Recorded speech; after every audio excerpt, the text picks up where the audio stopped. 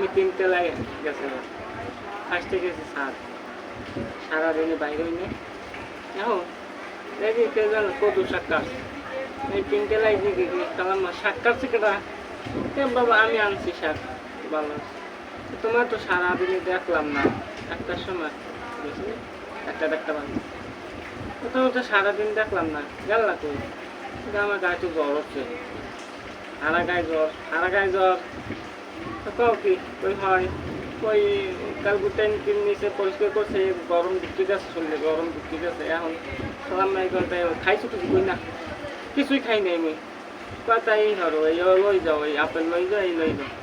আবার এই ওষুধ দিয়েছে না পায়েসটা, আবার এই বিস্কুট আরও একজনের দিয়েছি, ওনার দোয়া করবেন তারা যেন শক্ত থাকে, বরফি তো।